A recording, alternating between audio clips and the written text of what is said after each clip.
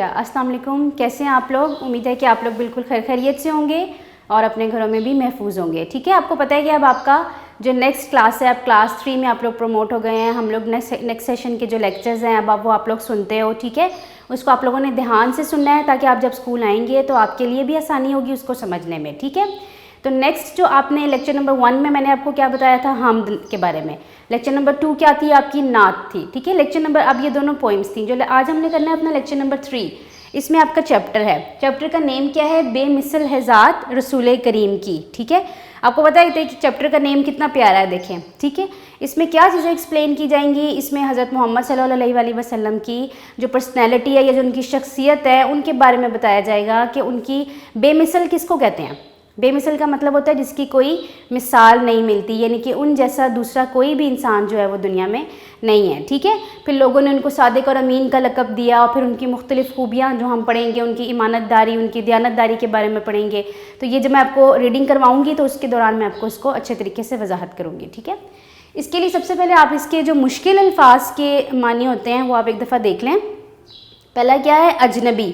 अजनबी का मतलब होता है नावाकिफ़ या अनजान। ठीक है, दूसरा क्या है, सस्ताना। सस्ताना कहते हैं आराम करना। तीसरा क्या है, मिंबर।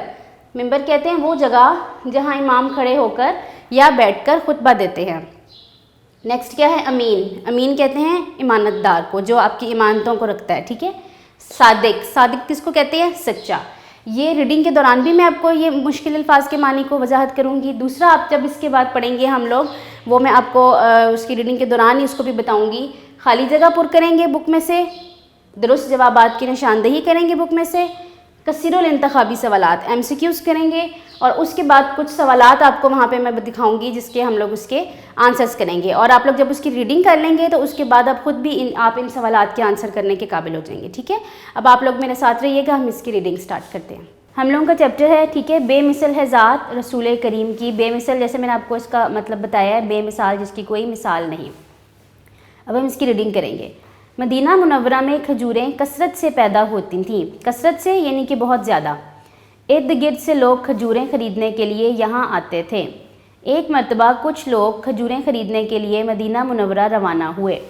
सफ़र करते करते वो लोग जब थक गए तो सस्ताने के लिए मदीने से बाहर कुछ देर के लिए ठहर गए। सस्ताने के लिए, जैसे मैंने आपको अभी मीनिंग एक्सप्लेन किया है, आराम करना। ठीक है, इतने में वहाँ एक अजनबी शख्स आया। अजनबी, अनजान या नावाकिफ़। उस शख्स ने मुसाफिरों के पास एक सुर्ख ऊँट देखकर पूछा, क्या ये ऊँट आप मुझे बेचोगे? तो उस अजनबी शख्स ने देखा कि इनके पास ऊँट है जो कि सुर्ख कलर का है, तो उन्होंने उससे पूछा कि आप मुझे ये ऊँट जो है ये बेच दोगे? मुसाफिरों ने कहा कि अगर वो इन्हें इतनी मिकदार में खजूरें दे तो वो बदले में इसे ऊँट दे देंगे। सौदा तय होने के बाद उस शख्स ने ऊँट की मुहार पकड़ी और शहर के अंदर चला गया। उस शख्स के जाने के बाद मुसाफिरों को ख्याल आया कि वो तो इस आदमी को जानते ही नहीं।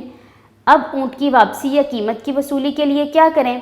मतलब उन्होंने सोचा कि हम तो इस इंसान को जानते ही नहीं थे, ये तो हमारे लिए अजनबी था, तो अब हमें कैसे पता लगेगा कि ये हमें जो उसके बदले में इतनी खजूरें दे देगा या हमें जो है वो अपनी दयानतदारी पे कायम रहेगा।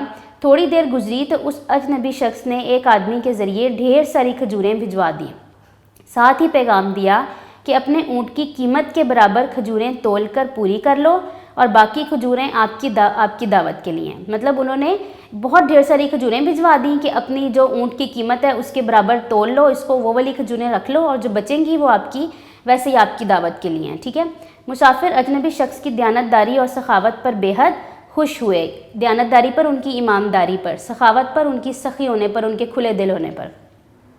वो लोग खजूरें खाकर जब मदीना मुनव्वरा में दाखिल हुए तो उन्होंने देखा वो अजनबी शख्स मस्जिद के मिंबर पर खड़ा खुतबा दे रहा था। ठीक है, मिंबर पर खड़ा, मैंने आपको बताया मिंबर पर कौन का मतलब कौन होता है, यानी कि जो एक आलिम होता है वो मिंबर पर खड़े होकर जो अच्छाई या बुराई के बारे में बताना या खुतबा देना। मालूम हुआ कि वो अजनबी शख्स अल्लाह ताला के प्यारे रसूल हज़रत मोहम्मद सल्लल्लाहु अलैहि वसल्लम हैं। नबी करीम सल्लल्लाहु अलैहि वसल्लम की ज़ात में बेपनाह खूबियाँ थीं। बेपनाह बहुत ज़्यादा खूबियाँ थीं, जिनमें नुमायाँ खूबी दयानतदारी थी। नुमायाँ यानी कि ख़ास नज़र आने वाली क्या थी, दयानतदारी थी। आप सल्लल्लाहु अलैहि वसल्लम हमेशा सच बोलते और लोगों की इमानतों की हिफाजत करते हैं। मतलब आप लोगों को, आप सल्लल्लाहु अलैहि वसल्लम को क्या लक़ब दिया गया था? सादिक और अमीन का, क्योंकि वो सच बोलते थे और लोग उनके पास जो अपनी इमानतें रखवाते थे वो उसका बहुत अच्छे तरीके से ख्याल करके उनको वापस उनको लौटा देते थे। ठीक है, ये हमारा चैप्टर यहाँ पे एंड हुआ। अब हम इसके बुक वर्क की तरफ आएंगे। सबसे पहले हम देख रहे हैं कि दिए गए अल्फाज के मानी समझें, जो मैंने आपको बोर्ड पे भी एक्सप्लेन किए थे। दोबारा कर देती हूँ। अजनबी, नावाकिफ़, सस्ताना, आराम करना। मिंबर वो जगह जहाँ इमाम खड़े होकर या बैठकर खुतबा देते हैं। अमीन ईमानतदार, सादिक सच्चा। ठीक है, नेक्स्ट में है कि अल्फाज की मदद से आपने खाली जगह जो है ना वो पुर करनी है। ऊपर आपको वर्ड बैंक दिया जाता है, अल्फाज दिए गए हैं, आपने उसकी मदद से ब्लैंक्स को फिल करना है। ठीक है, ऊँट की वापसी या कीमत की डैश के लिए क्या करें? इसमें से कौन सा सही ऑप्शन है? वसूली, या कीमत की वसूली के लिए क्या करें? आप यहाँ क्या लिखोगे? वसूली। अजनबी शख्स ने एक आदमी के ज़रिए से ढेर सारी खजूरें भिजवा दी।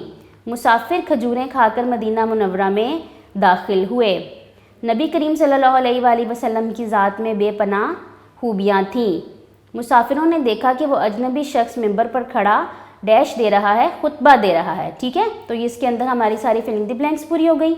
नेक्स्ट क्वेश्चन आपका कि सबक के मुताबिक दुरुस्त जवाब की निशानदही रंग भर कर करें। मतलब इन्होंने यहाँ पे एक सेंटेंस दिया हुआ है, एक जुमला दिया हुआ है, आगे जो है ना वो दो वर्ड दिए हुए हैं। आपने जो बेस्ट है ना, जो उसके ऑप्शन में उससे मिलता जुलता है, आपने उसको फिल कर देना। नंबर 1 देखें, लोग खरीदने के लिए मदीना मुनव्वरा गए, खजूरें या कपड़े? तो क्या आएगा इसमें? खजूरें। ठीक है, लोगों के पास ऊँट था, खाकी या सुर्ख रंग का? ठीक है, मदीना मुनव्वरा में खजूरों की होती थी कसरत या किल्लत? कसरत। कसरत कहते हैं चीज़ का ज़्यादा हो जाना, किल्लत कहते हैं चीज़ का कम हो जाना। अजनबी शख्स ऊँट की मुहार पकड़कर अंदर चला गया, मक्का मुकरमा में या मदीना मुनव्वरा में? मदीना मुनव्वरा में। ठीक है, ये अब इसका बुक वर्क कंप्लीट हो गया। नेक्स्ट जो मैं आपको भी एक्सप्लेन करूँगी वो इसके कसीरुल इंतखाबी सवालात और इसके सवालात के जवाबात होंगे। ठीक है, क्वेश्चन नंबर 3 देखें, कसीरुल इंतखाबी सवालात, जिसको आप MCQs बोलते हैं। मदीना मुनव्वरा में कसरत से पैदा होती थी खजूरें, सब्जियां, दालें, फलियां। आपने चैप्टर पढ़ा तो इसका क्या आंसर आ जाएगा? खजूरें।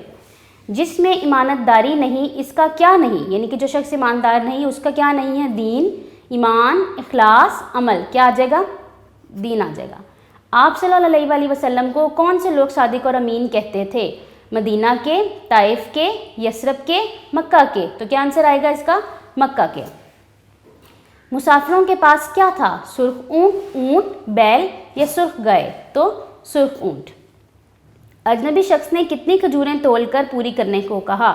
ऊँट की कीमत के बराबर, ऊँट की जिसामत के बराबर, खजूरों की कीमत के बराबर, ऊँट की कीमत से कम के बराबर? तो ऑप्शन नंबर 1 आ जाएगा, ऊँट की कीमत के बराबर। ठीक है, नेक्स्ट अब इसके जो है वो क्वेश्चन आंसर्स हैं, अब हम उसकी तरफ आएंगे। सबक के मुताबिक दुरुस्त जवाबात की निशानदेही आपका हो गया। ठीक है, दिए हुए सवालात के जवाबात लिखें।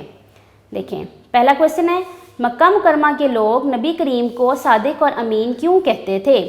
मक्का मुकरमा के लोग आप सल्लल्लाहु अलैहि वसल्लम को सादिक और अमीन इसलिए कहते थे क्योंकि आप सल्लल्लाहु अलैहि वसल्लम ने कभी झूठ नहीं बोला और ना ही कभी इमानत में खयानत की। ठीक है, नेक्स्ट है, नबी करीम ने किस चीज़ को ईमान की शर्त करार दिया?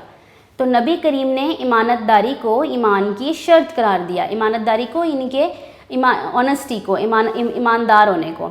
अजनबी शख्स ने ऊँट देखकर मुसाफिरों से क्या पूछा और उन्होंने क्या जवाब दिया?